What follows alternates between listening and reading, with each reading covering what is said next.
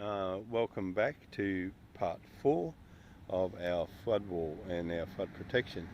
Now we're putting in flood protection because we as property owners have got to protect our property, and we have a right to protect our property from those people who seek to destroy us, and the council has sought to destroy us because they built a dam across the floodway.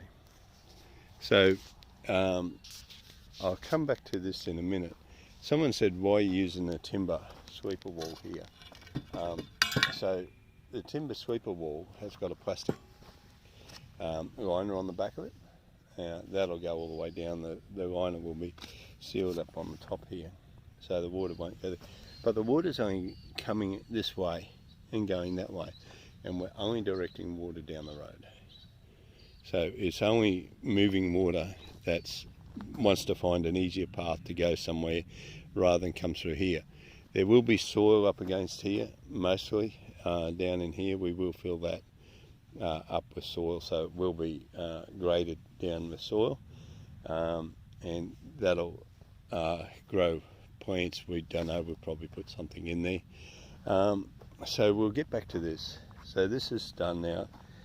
So we've cemented in there, and this is what it will normally look like, is just have the bolts there.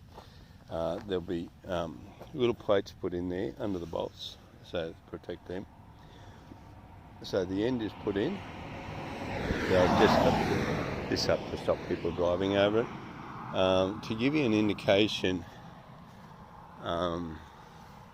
that's the council dam. The water is flowing down the creek that way.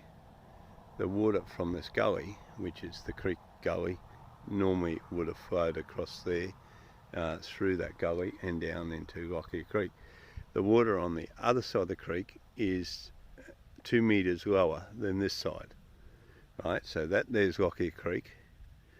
This here is Lockyer Creek, and there's a big bottleneck right around there. So many hundreds of years ago, the creek found this here pathway through the land, and it's very solid and it hasn't washed out for hundreds of years. The council wanted to put a road through here, and they put a bridge there, or a culvert bridge there first up. It got washed out because it was they underestimated the water. So rather than put a proper bridge in there, what they did was they come and put a dam in there. And what that dam has done now is force the creek, which is flowing that way, to come back this way. So it's on the other side of the trees, it's flowing right to left, so right to left. On this side of the trees, it's flowing left to right, and it flows straight up through here, straight through our place, and back up all the way back up through the valley that way.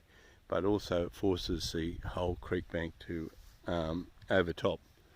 So we've only got to come from this post down across to there, so it's not a far, not a distance.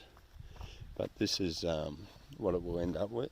Now these sweepers, they're 200 mil wide, so they're in the ground, 200 mil, and they're pretty bloody strong, I can tell you that. Down underneath there, when I was digging it out, there's all shale rock under there, so on a couple of these two end holes, I had to dig them by hand because they were in rock, so I had to dig them out with rock.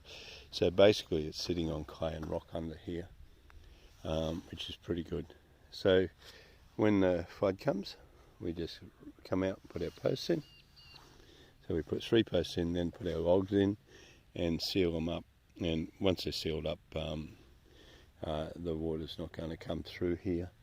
If we get a trickle in, we get a trickle in, but I doubt whether we get a trickle in. So that's our flood wall, and that's how it's going to be. I put these 2 bolts on here in the middle, so it's got 2 at the top, 2 in the middle, 2 down the bottom.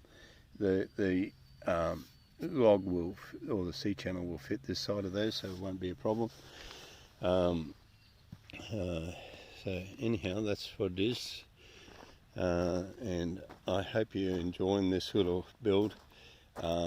We as humans, we've got to protect our property, because damn well sure the government's not, and we must do all that we can to protect ourselves and our property.